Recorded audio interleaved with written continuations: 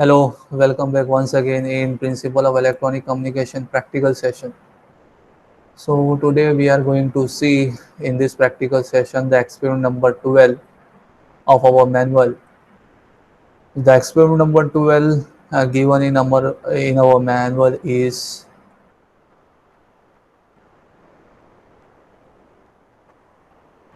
use any simulation software to measure maximum usable frequency of the given critical frequency and incident angle. Second part, radio horizon for given height of transmitting and receiving antenna. So in this practical session, we are having two parts. In this practical session, we are having two parts. So two parts we have to cover. The first part given is maximum usable frequency for the given critical frequency and incident angle. So we have to use simulation software only. So we are using the same simulation software, MATLAB software, for performing this experiment. In the first part, it is asking us for calculating for measuring the maximum usable frequency, where you have been given the data of critical frequency and incident angle. So these two data is given, and we have to find out the maximum usable frequency. And in the second part, it is asking for calculating the radio horizon. The radio horizon means the transmitting distance from the height of transmitting antenna and receiving antenna. So this is the two topics, two part of the principle which we have to cover in this experiment, in this practical session. So first we are going to see what is given in the manual, what is mentioned over here in experiment number 12.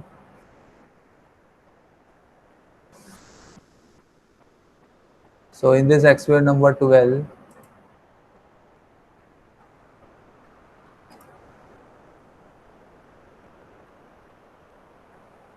first of all, we want to clear what you mean by maximum usable frequency. This experiment number 12, measurement of wave propagation parameter using simulation software. So using simulation software, we have to find out the parameters, two part of this experiment. In the first part, we have to calculate the maximum usable frequency. So what is maximum usable frequency? We have understand this term when I was explaining you in the lecture wave propagation chapter. So what is maximum usable frequency? It is the maximum frequency of radio waves which when sent at some angle towards the ionosphere get reflected and returns to the surface of the earth. तो जैसा कि मैंने आपको बताया था maximum usable frequency क्या होती है, वो मैक्सिमम फ्रीक्वेंसी इलेक्ट्रोमैग्नेटिक वेव्स की, रेडियो वेव्स की, जो कुछ एंगल से आप भेजोगे फ्रॉम द अर्थ और वो आइनोस्फीयर की लेयर से रिफ्लेक्ट होकर वापस से कहाँ पे आएगी, return back to the earth. तो जो मैक्सिमम फ्रीक्वेंसी वाली वेव जो रिटर्न बैक होके आ रही है आइनोस्फीयर लेयर से, जो इंसिडेंट की गई है कुछ एंगल से, तो वो जो मैक्सिमम फ्रीक्वेंसी वाली वेव्स जो रिटर्न होके आ रही है, रिफ्लेक्ट होके आ रही है सरफेस पे, उसको बोलते हैं maximum usable frequency. Normal values of maximum usable frequency में रेंज फ्रॉम 8 to 35 मेगाहर्ट्ज. तो 8 to 35 मेगाहर्ट्ज की रेंज में नॉर्मली रेंज कर सकती है, but unusual solar activity they may rise as up to 50 megahertz. इसका फॉर्मूला हम लोग ने देखे थे अपने लेक्चर में भी. मैक्सिमम यूजेबल फ्रीक्वेंसी का फॉर्मूला जो है वो क्या है, critical frequency divide by cos theta. तो क्रिटिकल फ्रीक्वेंसी और थीटा, ये दो डेटा आपको दिया हुआ रहेगा और क्या कैलकुलेट करने के लिए बोला रहेगा, मैक्सिमम यूजेबल फ्रीक्वेंसी कैलकुलेट करने बोला रहेगा. तो क्रिटिकल फ्रीक्वेंसी को डिनोट करते हैं एफसी से, divide by cos theta. Cos का इनवर्स अगर ट्रिग्नोमेट्री में आपको पता होगा तो सेक थीटा होता है. तो M U F is equal to F C into sec theta बोलिए, या critical frequency divide by cos theta बोलिए, बात एक ही है.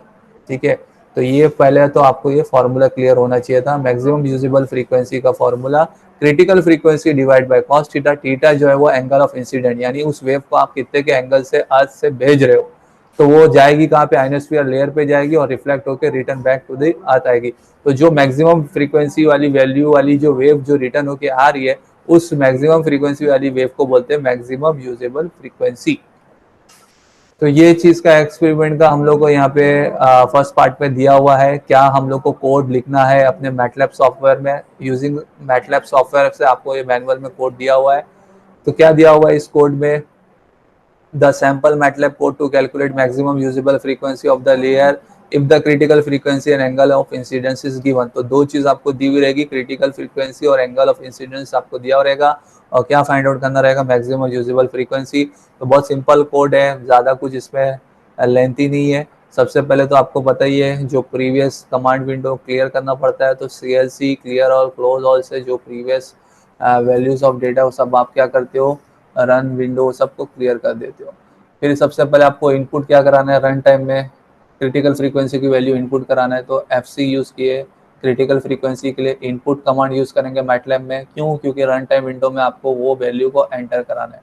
तो यहाँ पे स्टेटमेंट क्या दिखाना है आपको, enter the critical frequency of the layer. तो ये रन टाइम में हम लोग रन करके एंटर करेंगे उस वैल्यू को, तो critical frequency of the layer को एंटर करेंगे। दूसरा थीटा यानी एंगल ऑफ इंसिडेंस, यहाँ पे थीटा करके सिंबल नहीं यूज कर सकते, तो हम लोग ने वर्डिंग में यूज किए थीटा। थीटा इनपुट, वो भी इनपुट कमांड है, क्या करना है आपको, enter the angle of incidence. तो जो एंगल से वेव इंसिडेंट हो रही है, तो वो वैल्यू को आप लोग को इनपुट कराना है, एंटर करना है। तो ये दो चीज़ हम लोग इनपुट देंगे, enter the angle of incidence. फिर हम लोग ने MUF का फॉर्मूला यूज़ किया जो दिया हुआ है मैनुअल में भी। तो MUF का फॉर्मूला क्या है, मैक्सिमम यूजेबल फ्रीक्वेंसी का फॉर्मूला क्या है, सो मैक्सिमम यूजेबल फ्रीक्वेंसी का formula FC upon cos of theta now into pi by 180 क्यों किया हुआ है, कोई मुझे बता सकता है इसका रीज़न क्या रहेगा। हम लोग ने तो फॉर्मूले में MUF का फॉर्मूला सिर्फ ये देखे, MUF इज इक्वल टू क्या, critical frequency divide by cos theta. तो ये थीटा के आगे इंटू में पाई बाय 180 क्यों किया हुआ है, pi by 180। Can anybody give me the reason for this, FC upon cos of theta into pi by 180, ये पाई बाय 180 क्यों किया हुआ है, can anybody know the reason. ये थीटा को मल्टीप्लाई पाई बाय, कॉस का वैल्यू है ना 180, हाँ क्या, कॉस का वैल्यू। नहीं नहीं कॉस का वैल्यू नहीं है, क्योंकि जो थीटा आप जो आप लिखोगे ना वो डिग्री में लिखोगे, डिग्री में दोगे, तो वो चीज़ को किस में कन्वर्ट करना है, रेडियंस में। तो डिग्री हाँ को ठीक है हाँ यस, तो डिग्री को रेडियंस में कन्वर्ट करने के लिए पाई बाय 180 करना पड़ता है, और रेडियन को डिग्री में कन्वर्ट करने के लिए 180 बाय पाई करना होता है। ये सिंपल बेसिक चीज़ है, आपको ये पता होना चाहिए। अगर जो चीज़ डिग्री में उसको रेडियन में कन्वर्ट करना है, तो उसको पाई बाय 180 से मल्टीप्लाई करो, और जो चीज़ अगर रेडियन में दी हुई उसको डिग्री में कन्वर्ट करना है, तो इसका रिवर्स कर दो, 180 बाय पाई। तो जो एंगल ऑफ इंसिडेंस आप लिखोगे वो डिग्री में दोगे, तो उसको रेडियन में कन्वर्ट करना है, तो फॉर दैट हम लोग को यहाँ पे पाई बाय 180 से मल्टीप्लाई करना पड़ेगा थीटा में। फॉर्मूला में नहीं है, फॉर्मूला में जस्ट आपका यहाँ पे क्या दिया हुआ है, फॉर्मूला में जस्ट आपका critical frequency upon cos theta. तो ये थीटा के आगे पाई बाय 180 कहाँ से आया, वो रीजन आप लोग क्लियर कर लो, बिकॉज वो डिग्री में रहेगा तो उसको रेडियन में कन्वर्ट करना है। फिर जो आगे आंसर, अब आपको उसको डिस्प्ले भी कराना है, तो ये डिस्प्ले कमांड से हम लोग अपने आंसर को डिस्प्ले कराते हैं। तो ये स्टेटमेंट क्या लिख के दिखाना है आपको, maximum usable frequency of the layer is, तो डिस्प्ले हम लोग कराएंगे, क्या डिस्प्ले कराएंगे, maximum usable frequency of the layer, और डिस्प्ले जो आप कैलकुलेट किए हो क्या डिस्प्ले कराने का है, MUF, तो आपको MUF इधर पे लिख के दिखाएगा। तो हम लोग अपना कोड देख लेते हैं, मैटलैब सॉफ्टवेयर में हम लोग ने इसका कोड लिखे हैं, कंप्लीट किए हैं। तो ये देखो, ये जो कोड मैनुअल में दिया हुआ था, ये मैंने अपने मैटलैब सॉफ्टवेयर में न्यू स्क्रिप्ट में जाके ये कोड लिखा है मैंने। क्या है, सबसे पहले CLC clear all close all, फिर इसके बाद में FC इनपुट कमांड यूज़ करेंगे। क्या इनपुट दिखाना है अपने को, पहले critical frequency of the layer को इनपुट करना है, तो critical frequency of the layer को इनपुट करेंगे। थीटा इनपुट कराना है, क्या इनपुट करना है, एंगल ऑफ इंसिडेंट, तो दो चीज़ हम लोग को इनपुट करना है। फिर उसके बाद में formula FC upon cos of theta into pi by 180। ये ब्रैकेट का प्रॉपरली ध्यान देना चाहिए हम लोग को, ये कॉस के आगे एक ब्रैकेट रहेगा, फिर ये थीटा पाई बाय 180 का एक ब्रैकेट, फिर ये कॉस का एक ब्रैकेट क्लोज। तो ये सब ब्रैकेट वगैरह प्रॉपरली हम लोग को क्लोज करने आना चाहिए। ये फॉर्मूला हो जाएगा, कैलकुलेट हो जाएगा, फिर डिस्प्ले कराना है, maximum usable frequency of the layer is display MUF। तो ये फॉर्मूले को यूज़ करके कैलकुलेट हो जाएगा ये दोनों डेटा डाल के। तो बहुत सिंपल कोड था इसका, ठीक है। तो ये सिंपल कोड से अभी हम लोग अपना एक्सपेरिमेंट परफॉर्म करना है ना। अभी हम लोग क्या करेंगे, इसको सेव भी करना पड़ेगा आपको। एक चीज़ का ध्यान रखना, सेव जो करोगे तो फिर ये MUF के नाम से ही मत करना, नहीं तो एरर दे देगा। मैंने अभी MUF के नाम से ही सेव कर दिया था फाइल को, तो वो बोला ये कोड में यूज़ किया हुआ है। तो जो भी है आपको सेव करना है अपनी फाइल को, तो ये कोड में जो सेंटेंस यूज़ किया हुआ नहीं रहना चाहिए, वो नाम से एग्जैक्टली वो नाम से मैच नहीं होना चाहिए। अगर आप यही नाम से सेव करोगे तो it will show you error, run नहीं होगा, एरर शो करेगा। इसलिए मैंने नाम में यहाँ पे क्या चेंज किया, मैक्सिमम करके स्टेटमेंट यूज़ किया मैंने, तब जाके ये रन होता है। तो अभी मुझे यहाँ पे रन करना है, तो रन जैसे करूँगा तो सबसे पहली चीज़ यहाँ पे क्या शो कर रहा है, critical frequency of the layer को एंटर करने बोल रहा है। So critical frequency of the layer क्या एंटर करना है, ये भी चीज़ आपके मैनुअल में दिया हुआ है, क्या critical frequency of the layer हम लोग को एंटर करना है, इट इज़ गिवन। तो जैसा कि आपको यहाँ पे दिख रहा रहेगा, ये सब स्टेप बाय स्टेप प्रोसीजर भी दिया हुआ है। पहले आप मैटलैब में कोड लिखो, फिर रन द करो, फिर आपको ये दिखाई देगा इधर पे critical frequency of the layer, angle of incidence पूछेगा। तो in your manual it is given critical frequency of the layer को हम लोग को कितना पुट करना है, 9.25 mega, 9.25 E raise to the power 6, E raise to the power 6, E raise to the power 6 का मतलब क्या होता है, 10 टू द पावर 6। तो 9.25 मेगा हर्ट्ज की critical frequency of the layer को एंटर करना है। और एंगल ऑफ इंसिडेंस कितना दिया हुआ है, 30 डिग्री। तो जो मैनुअल में दिया हुआ था पुट करने के लिए डेटा, हम लोग वही डेटा को पुट करेंगे। तो यहाँ पे भी हम लोग वही सेम चीज़ को इधर पे पुट करेंगे। Critical frequency of the layer को हम लोग सेम वही अमाउंट में लेंगे, 9.25 E6 खाली आपको लिखना है, कुछ नहीं करना है आपको। 9.25 E6, ये E6 का मतलब क्या होता है, 10 to the power 6 मेगाहर्ट्ज। फिर एंटर करो, फिर नेक्स्ट क्या पूछेगा आपको, angle of incidence, angle of incidence 30, enter कर दो, you will get the answer. Answer आपको मिल जाएगा, maximum usable frequency of the layer is 1.0681 E raise to the power 7। ये E raise to the power 7 है, मतलब ये 1 पॉइंट है, तो मेगा में कितना हो जाएगा, ई रेस टू द पावर 6 में कितना हो जाएगा, ई रेस टू द पावर 6 में 10.68 हो जाएगा। यानी 1.068 ई रेस टू द पावर 7 है, तो 10.68 ई रेस टू द पावर 6 यानी 10 मेगाहर्ट्ज। तो मैक्सिमम यूजेबल फ्रीक्वेंसी आपको कितना मिला इसका, 10 मेगाहर्ट्ज। ये कैसे आपको सेम आएगा, वेरीफाई कैसे कर पाओगे आप लोग, आपका आंसर बराबर आया तो मैनुअल में ही उसका आंसर भी दिया हुआ है। It is also so you will get the output. जब आप ये दोनों डेटा पुट करोगे 9.25 रेज़ टू द पावर 6 30, तो मैक्सिमम यूजेबल फ्रीक्वेंसी आपको आंसर इस तरीके से शो कराएगा। तो आंसर आपको शो करा रहा है 1.0681 E raise to the power 7। तो E raise to the power 6 के टर्म में एक डेसिमल का डिजिट मतलब इधर पे आगे बढ़ जाएगा, 10 हो जाएगा। So 10.68 mega hertz, E raise to the power 6 को मेगा बोलते हैं। तो मेगा हर्ट्ज में आपको इसका आंसर मिला है। आई होप आप लोगों को समझ में आया होगा। तो डिफरेंट डिफरेंट वैल्यू को आप एंटर करके पुट करके आप अपने आंसर को ऑब्जर्व कर सकते हो। मैनुअल में आपके ऑब्जर्वेशन कैसा दिया हुआ है, मैनुअल के ऑब्जर्वेशन को भी हम लोग कंप्लीट कर लेते हैं, देख लेते हैं।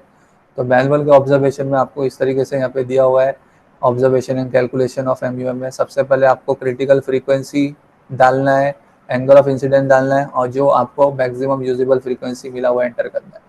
तो हम लोग ने यहाँ पे लिखे 9.25 megahertz, E raise to the power 6 को मेगाहर्ट्ज बोलते हैं। तो 9.25 मेगाहर्ट्ज क्रिटिकल फ्रीक्वेंसी की एंटर किए, angle of incidence 30 degree enter किए, तो हम लोग को MUF कितना मिला, 10.68 मेगाहर्ट्ज, 10.68 मेगाहर्ट्ज। इसी तरीके से आपको और भी अलग अलग अपने मन से आप ले सकते हो। जैसे 9.25 मेगाहर्ट्ज था, तो आप दूसरा एग्जांपल ले लो 10 मेगाहर्ट्ज, एंगल ऑफ इंसिडेंस 60 का दो, तो फिर क्या आपको मिलता है MUF वो कैलकुलेट करो। तो जैसा मैंने ऑब्जर्वेशन में कंप्लीट किया है, अगर मैं 10 मेगाहर्ट्ज पुट करता हूँ critical frequency of the layer और एंगल ऑफ इंसिडेंस 60 डिग्री करता हूँ, तो I will get maximum usable frequency as 20 megahertz. तो वो चीज़ को भी हम लोग यहाँ पे रन करके देख लेते हैं, अंडरस्टैंड कर लेते हैं। तो मैं वापस से दोबारा वही कोड में जाकर रन करूँगा। अब critical frequency of the layer, जैसे कि मैंने अपने ऑब्जर्वेशन में, सेकंड ऑब्जर्वेशन में यहाँ पे क्या लिया है, 10 मेगाहर्ट्ज। तो मैं यहाँ पे भी एंटर पुट करता हूँ 10 मेगाहर्ट्ज। तो 10 के लिए मुझे क्या करना पड़ेगा, 10E6। तो 10E6 मतलब क्या हो गया, 10 मेगाहर्ट्ज हो गया। फिर एंटर करूंगा, एंगल ऑफ इंसिडेंस कितना डाला मैंने, 60 डिग्री, तो एंगल ऑफ इंसिडेंस 60 कर दूंगा, ना एंटर किया। So you will get the answer, maximum usable frequency is 2.00 E raise to the power 7। तो 2.00 E raise to the power 7, तो E raise to the power 6 में क्या हो जाएगा, 20। So 20.00 E raise to the power 6 मतलब 20 megahertz. तो यही मैंने अपने मैनुअल में भी वही चीज़ लिखा है। अगर मैं क्रिटिकल फ्रीक्वेंसी 10 मेगाहर्ट्ज रखता हूँ, एंगल ऑफ इंसिडेंस 60 देता हूँ, तो मुझे मैक्सिमम यूजेबल फ्रीक्वेंसी कितना मिल रहा है, 20 मेगाहर्ट्ज का मिल रहा है। सिमिलरली और भी आप कर सकते हो, जितना दिया हुआ है आप उतना कंप्लीट कर सकते हो। 11 एंड 60 कर दो, 12 एंड 30 कर दो, सो you will get the similar type of answer. तो ये आपका मैक्सिमम यूजेबल फ्रीक्वेंसी के ऊपर था। मैक्सिमम यूजेबल फ्रीक्वेंसी में आप जिस तरीके से आप डालोगे, अभी जैसे मैंने नेक्स्ट में 11 किया, 11 E raise to the power 6 किया, और एंगल ऑफ इंसिडेंस वही 60 रखा, तो I will get the answer 22 megahertz. तो जो मैंने मैनुअल में इधर पे लिखा है वो सेम यही चीज़ का लेके मैंने लिखा है, 11 megahertz 60 degree, so I will get the maximum usable frequency 22 megahertz. So I hope आप लोगों को मैक्सिमम यूजेबल फ्रीक्वेंसी किस तरीके से कैलकुलेट करना है वो समझ में आ गया होगा कि सिंपल था जो कोड आप लोगों को लिखना था मैक्सिमम यूजेबल फ्रीक्वेंसी का, वो कोड आपको लिखना है और मैटलैब में कोड लिखने के बाद सिंपली रन करना है। तो ये फर्स्ट पार्ट था आपके मैनुअल का जो हम लोगों को कैलकुलेट करना था मैक्सिमम यूजेबल फ्रीक्वेंसी, और इसी एक्सपेरिमेंट में सेकंड पार्ट भी आपको दिया हुआ है। सेकंड पार्ट में यहाँ पे दिया हुआ है कैलकुलेट क्या करना है, रेडियो हॉरिजॉन। रेडियो हॉरिजॉन मतलब वही ट्रांसमिटिंग डिस्टेंस, जो स्पेस वेव प्रोपोगेशन हम लोग ने पढ़े थे। तो स्पेस वेव प्रोपोगेशन में क्या होता है, transmitting antenna to receiving antenna जो डिस्टेंस है उसको क्या कहते हैं, transmitting antenna to receiving antenna, radio horizon. तो ये चीज़ हम लोग को कैलकुलेट करना है, distance between transmitting antenna and receiving antenna of the height given.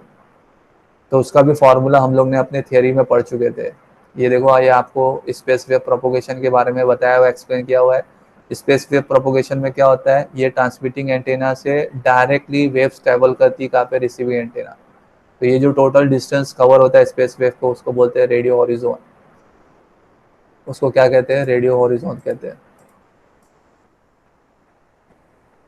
So from transmitting antenna to receiving antenna के बीच में जो पूरा जो डिस्टेंस जो कवर होता है, that distance is known as what, radio horizon. तो वो चीज़ को अभी हम लोग को कैलकुलेट करना है। आपको हाइट ऑफ ट्रांसमिटिंग एंटेना और हाइट ऑफ रिसीविंग एंटेना दिया हुआ रहेगा। तो height of transmitting antenna, height of receiving antenna दिया हुआ रहेगा और कैलकुलेट करना है टोटल डिस्टेंस डी। तो इसका फॉर्मूला हम लोग ने देखे थे अपने थियरी लेक्चर में भी।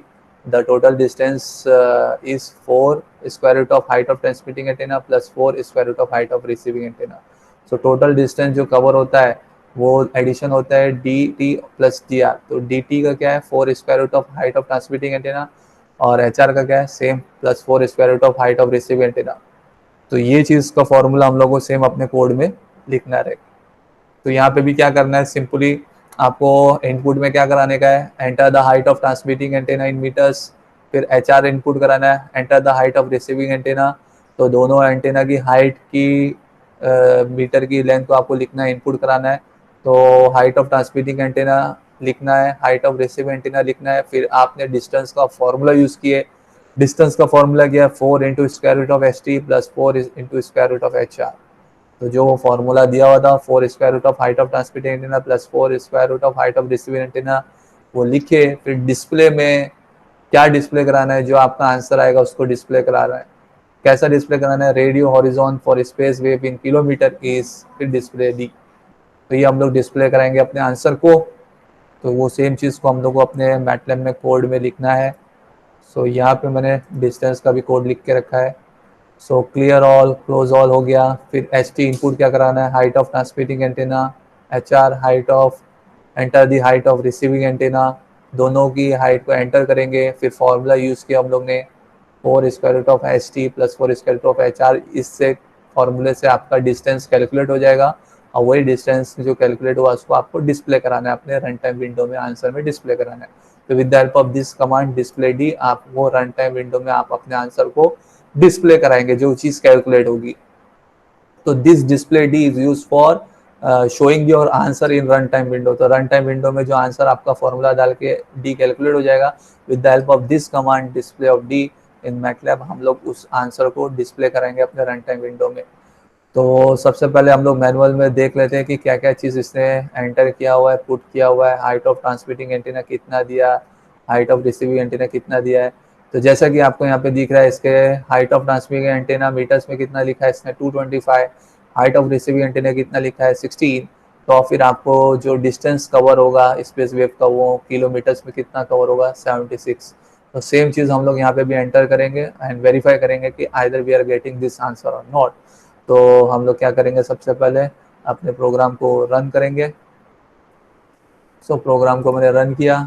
प्रोग्राम को जैसे ही रन किया, यहाँ पे पूछ रहा है enter the height of transmitting antenna in meters. तो ट्रांसमिटिंग एंटेना को मीटर। अब एक चीज़ आप लोग यहाँ पे ध्यान दो, पुराना रन टाइम विंडो का डेटा यहाँ से इरेज नहीं हुआ है। Command window, run time window में जो पुराना आंसर हम लोग ने जो कैलकुलेट किए थे, कौन सा आंसर कैलकुलेट किए थे, मैक्सिमम यूजेबल फ्रीक्वेंसी का। वो मैक्सिमम यूजेबल फ्रीक्वेंसी का आंसर एज इट इज वहीं पे दिख रहा है, कमांड विंडो में दिख रहा है। और आगे अभी यहाँ पे हम लोग का ये एक्सपेरिमेंट का रन टाइम विंडो ओपन हो गया। तो ये ऐसा क्यों हुआ, इसका रीज़न मैं आपको क्लियर कर देता हूँ।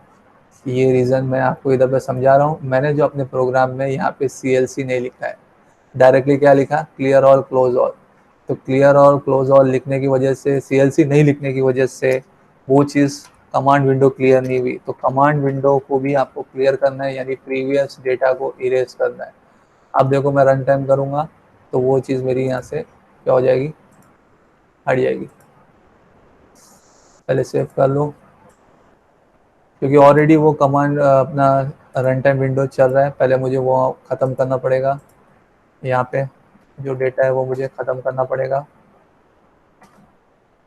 ठीक है, तो अब देखो मैंने यहाँ पे वो चीज़ को हटा दिया। अब यहाँ पे आपको नज़र आएगा मेरा ये क्लियर हो गया है, पुराना कमांड विंडो जो था वो इरेज हो गया। तो with the help of CLC command window क्या होता है, क्लियर होता है, पुराना डेटा क्या हो जाता है, हट जाता है।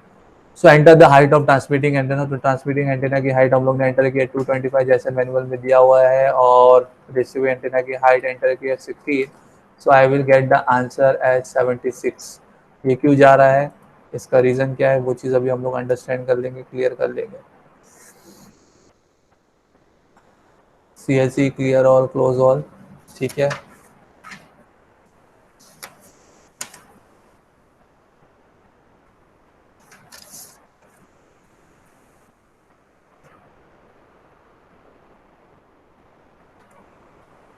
ओके,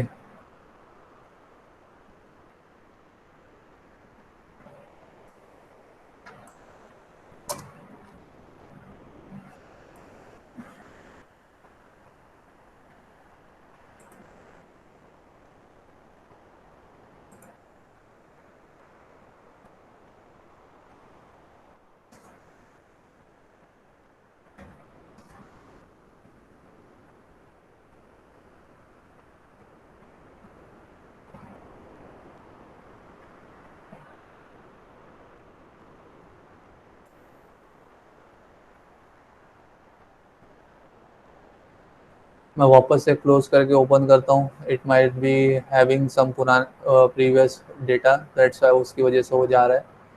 तो ये चीज़ को मैं वापस से क्लोज करके ओपन करूँगा, चालू करूँगा तो प्रॉपर्ली समझ में आएगा।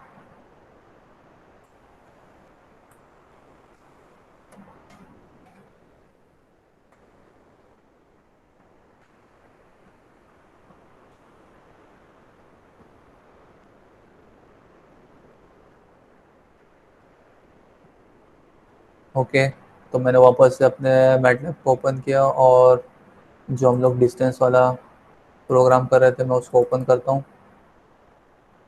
ठीक है, तो डिस्टेंस वाला ये प्रोग्राम, ये कोड अपना ओपन हो गया है। तो वही कोड है, हम लोग अभी क्या करेंगे, इसको रन करेंगे। तो रन करके पहले तो ट्रांसमिटिंग एंटेना की हाइट एंटर करना है 225, यहाँ पे क्या एंटर करना है 60। Now you will gate perfectly. ठीक है, तो radio horizon for the space wave in kilometre is 76। तो ये कमांड विंडो प्रीवियसली क्यों जा रहा था, क्योंकि मल्टीपल प्रीवियस वाला भी आउटपुट रन हो रहा था, इसलिए चले जा रहा था। Now you will able to get your answer perfectly. तो जो जैसा मैनुअल में आपको दिया हुआ था कि हम लोग को ट्रांसमिटिंग एंटीना की हाइट 225 डालना है, 16 डालना है, तो यहाँ पे अभी आपका जो 76 किलोमीटर में वो आंसर मिला। तो इसी तरीके से और भी डिफरेंट डिफरेंट लेंथ आप लोग अपना हिसाब से ले सकते हो, और लेके इसको कंप्लीट कर सकते हो। जैसे कि मैंने अदर में लिया था, ट्रांसमिटिंग एंटीना की हाइट 300 और रिसीव एंटीना की 50, तो मुझे जो डिस्टेंस मिला था कितना मिला था, 97। तो you can check by yourself also, जो हिसाब से आपको इधर पे देखना है, करना है, आप इसको कैलकुलेट कर सकते हो। डिफरेंट डिफरेंट वैल्यू ले लो, 300 डालो, 50 डालो, you will get the distance radio horizon S97। तो अगर मैं दोबारा रन करता हूँ, दोबारा रन करके अब मुझे जो हिसाब से लेना है वो हिसाब से कंसिडर कर सकता हूँ, कितना लेना है, 350। सो ट्रांसमिटिंग एंटीना की हाइट डालूंगा 300, और ये रिसीव एंटीना की हाइट डालूंगा 50। Now I will gate my answer, radio horizon S 97 kilometre. So I will get in the 97 kilometre. तो ये ऑब्जर्वेशन आपको इस तरीके से कैलकुलेट करना था, कंप्लीट करना था। यहाँ पे सैंपल कैलकुलेशन में दिया हुआ है, कोई भी सैंपल कैलकुलेशन की वैल्यू आप ले सकते हो, कोई भी एक रीडिंग का वैल्यू ले सकते हो। क्रिटिकल फ्रीक्वेंसी फॉर एग्जांपल मैंने यहाँ पे ये रीडिंग का लिया है 10 megahertz, angle of incidence 60 degree, तो मुझे एमबीएफ कितना मिला, 20 मेगाहर्ट्ज मिला। सिमिलरली ट्रांसमिटिंग एंटेना का हाइट 225 16 दिया, तो मुझे कितना कैलकुलेट हुआ, 76 हुआ। तो रिजल्ट में आपको यही शो करना रहेगा, जो आंसर आया 20 megahertz and 76 kilometre. So interpretation क्या है, MUF of sky wave is dependent upon critical frequency and angle of incidence. The distance between height of transmitting antenna and height of receiving antenna is dependent upon the height of antenna. तो ये चीज़ आपने interpret किया कि MUF जो है वो किसके ऊपर डिपेंड करता है, क्रिटिकल फ्रीक्वेंसी और एंगल ऑफ इंसिडेंस के ऊपर डिपेंड करता है, और जो डिस्टेंस जो कवर होता है वो किसके बीच में कवर होता है, डिपेंड किसके ऊपर करता है, height of transmitting antenna and height of receiving antenna के ऊपर डिपेंड करता है। कंक्लूजन में, thus we have successfully performed calculation of MUF for sky wave and distance of transmission for space wave using MATLAB software। कुछ question answer दिए हुए थे, वो क्वेश्चन आंसर आप लोगों को कंप्लीट करना था इस एक्सपेरिमेंट से रिलेटेड। तो पहला क्वेश्चन यहाँ पे क्या दिया हुआ था, write down the function use in software code to take input from the user. Sir इसका तो भी वीडियो डालेंगे ना सर? यस, ये पूरा रिकॉर्ड हो रहा है, ये सब जाएगा। हाँ सर, ये डाल दो आज। Okay, so right down the function use in software code. तो ये हम लोग क्या सॉफ्टवेयर कोड यूज़ किए थे इनपुट कमांड लेने के लिए, तो हम लोग ने क्या यूज़ किए थे, डेटा इनपुट कराने के लिए इनपुट कमांड यूज़ किए थे। तो वो एग्जांपल मैंने लिखा है, the input command is use in software code is HT input enter the height of transmitting antenna. तो इनपुट कमांड को यूज़ करके हम लोग ने क्या किए थे, रन टाइम विंडो में यूज़र का डेटा इनपुट कराए थे। तो वो पहला क्वेश्चन यही पूछा था कि कौन सा फंक्शन यूज़ किया आपने अपने सॉफ्टवेयर में डेटा को इनपुट कराने के लिए, तो इनपुट कमांड को यूज़ किए। आप इस तरीके से लिख सकते हो, इनपुट स्लैश ब्रैकेट। तो this command is use, this function is use for taking the user input. फिर सेकंड क्वेश्चन तो नहीं किया था हम लोग ने, फिर डायरेक्टली थर्ड क्वेश्चन को किए। अ microwave transmitting antenna is 550 feet. तो 550 फीट में दिया हुआ है, 550 feet high, and receiving antenna is 200 feet high. The minimum transmission distances, तो यहाँ पे आपको फीट में दिया हुआ है 550 फीट ट्रांसमिटिंग एंटीना की हाइट दिया हुआ है, 200 फीट रिसीविंग एंटीना की हाइट दिया हुआ है। तो मिनिमम अपना यहाँ पे ट्रांसमिशन डिस्टेंस क्या है वो कैलकुलेट करने के लिए बोला है। ओके, तो ये चीज़ आप लोग को इधर पे दी हुई थी, वो चीज़ हम लोग को कैलकुलेट करना था इधर पे। तो यहाँ पे हम लोग ने उसका आंसर कैलकुलेट किया, the minimum transmission distance is 83.07 kilometre. तो ये चीज़ को मैंने पहले कन्वर्ट किया था, 550 फीट को किस में कन्वर्ट किया था, मीटर में। 200 फीट को भी किस में कन्वर्ट किया था, मीटर में। और फिर उसके बाद जो मुझे किलोमीटर में जो आंसर मिला वो मैंने कैलकुलेट किया। तो जैसा कि आपको मेरे ये ऑब्जर्वेशन में नज़र आएगा, 550 फीट का मैंने मीटर में कन्वर्जन किया था 167.64। और सिमिलरली रिसीविंग एंटेना का भी जो 200 फीट दिया हुआ उसको मैंने मीटर में कन्वर्ट किया 60.96। और फिर उसके बाद उसका आंसर मैंने किलोमीटर में कैलकुलेट किया, तो किलोमीटर में 83 पॉइंट्स कुछ करके आंसर मिला। तो वही आंसर मैंने यहाँ पे लिखा हुआ है। तो ये क्वेश्चन में आपको 550 फीट में दिया हुआ है, हम लोग ने अपने फॉर्मूले में यूज़ किया मीटर में। तो मीटर में होता है, तो 550 फीट का मीटर में कन्वर्जन किए, 200 फीट का मीटर में कन्वर्जन किए, और वो कन्वर्जन करके हम लोग ने मिनिमम ट्रांसमिशन डिस्टेंस किलोमीटर में कैलकुलेट किए। तो किलोमीटर में 83.07, इसलिए मेरा जो थर्ड रीडिंग है ना आपको वो ये दिख रहा है, इसका 550 फीट का मीटर में कन्वर्जन और 200 फीट का मीटर में कन्वर्जन करके आंसर जो मैंने किलोमीटर में कैलकुलेट किया। देन इसके बाद नेक्स्ट क्वेश्चन दिया हुआ था इधर पे, which software is use for performance. कौन सा सॉफ्टवेयर आपने यूज़ किया, status version, is the simulation software use as a freeware और लाइसेंस। तो ये सब चीज़ पूछा, तो आप लिख सकते हो मैंने जैसे अपने एक्सपेरिमेंट में परफॉर्म करने के लिए मैटलैब सॉफ्टवेयर यूज़ किया, वर्जन उसका R213B। और फिर मैंने ये लिखा कि the simulation software use is a freeware है but fully operated with crack version. मतलब लाइसेंस वर्जन नहीं था, मैंने फिर भी इसको यूज़ किया है as a freeware, fully operated है। विच कमांड और instruction is use to display its output. तो आउटपुट को डिस्प्ले कराने के लिए कौन सा कमांड यूज़ करते हैं हम लोग, तो आउटपुट को डिस्प्ले कराने के लिए हम लोग डिस्प्ले कमांड को यूज़ करते हैं। The display bracket open bracket close command is use to display its output, example display D, जैसे मैंने अपने एक्सपेरिमेंट में अभी डिस्प्ले डी करके यूज़ किया था। सो दैट्स ऑल, ये सारा एक्सपेरिमेंट का कंटेंट था। तो एक्सपेरिमेंट नंबर 12 जो था मैटलैब बेस्ड था, इसलिए मैंने ये मैटलैब प्रैक्टिकल सेशन कवर किया इन द ऑनलाइन सेशन। तो दो पार्ट थे इसके अंदर, एक तो हम लोग ने कैलकुलेट किए क्या मैक्सिमम यूजेबल फ्रीक्वेंसी, और दूसरा कैलकुलेट किया स्पेस वेव प्रोपोगेशन के बीच का distance, the total distance covered by space wave propagation when height of transmitting antenna and height of receiving antenna is given to you. तो ये दोनों भी पार्ट को हम लोग ने अच्छी तरीके से परफॉर्म किए, कैलकुलेट किए। आई होप आप लोग को शायद समझ में आया होगा।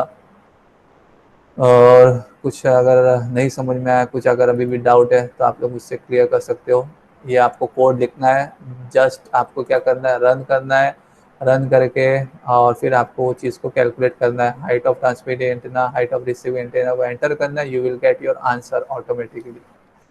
तो जो भी है, जैसे फॉर एग्जांपल एक हम लोग ने थियरी में कवर किए थे, आपको थियरी में दिया हुआ था height of transmitting antenna 40 meter करके दिया हुआ था, और height of receiving antenna calculate करने के लिए बोला था, और टोटल डिस्टेंस डी जो है वो कवर किया हुआ बोला था। तो हाइट ऑफ रिसीविंग एंटीना हम लोग ने कैलकुलेट किया था 34, तो जो टोटल डिस्टेंस डी कवर हुआ था 48 किलोमीटर्स में। तो हम लोग को क्वेश्चन दिया हुआ था जहाँ पे height of transmitting antenna 40 meter दिया हुआ था और टोटल डिस्टेंस जो कवर किया हुआ था 48 किलोमीटर। तो वो enter the height of receive antenna height calculate करने बोला था। तो हम लोग ने यहाँ पे रिवर्स गए, 40 एंटीना ट्रांसमिटिंग एंटीना की हाइट लिखे, रिसीव एंटीना की हाइट 34 किए, तो हम लोग को डिस्टेंस डी बराबर वेरीफाई हुआ 48। तो ये मेरा आपको मैनुअल में जो लास्ट रीडिंग जो नज़र आएगा वो हम लोग ने जो क्लासरूम में किए थे, लेक्चर में किए थे। आपको एक न्यूमेरिकल मैंने कवर कराया था स्पेसिफिक प्रोपोगेशन में, जहाँ पे हाइट ऑफ ट्रांसमिटिंग एंटीना दिया हुआ था, टोटल डिस्टेंस दी 48 किलोमीटर दिया हुआ था, और क्वेश्चन पूछा था calculate the height of receiving antenna. तो मैंने अभी यहाँ पे वही सेम चीज़ को वेरीफाई किया। मैंने height of transmitting antenna 40 metre enter किया, height of receiving antenna 34 metre enter किया, और मैंने देखा कि मुझे डिस्टेंस जो है वो 48 किलोमीटर मिल रहा है कि नहीं मिल रहा है। तो yes, I am getting the 48 kilometre distance. तो इन दिस वे हम लोग ने सक्सेसफुली अपने प्रैक्टिकल को, थियरी और प्रैक्टिकल दोनों चीज़ को वेरीफाई किए, परफॉर्म किए। आई होप आप लोगों को ये चीज़ समझ में आई होगी, अंडरस्टैंड हुई होगी। फिर भी आपको कुछ अगर प्रॉब्लम है, कुछ डाउट रहेगा, नहीं समझ में आएगा तो पूछ लेना, मैं इसकी रिकॉर्डिंग आप लोग तक ज़रूर पहुंचा दूंगा, भेज दूंगा। सर आप भी सेंड कर दो ना मैं ये वीडियो। मैं बना के भेजता हूँ, मुझे टाइम लगता है। अच्छा अच्छा, हाँ यूट्यूब में ना सर। यस, यूट्यूब में अपलोड ओके।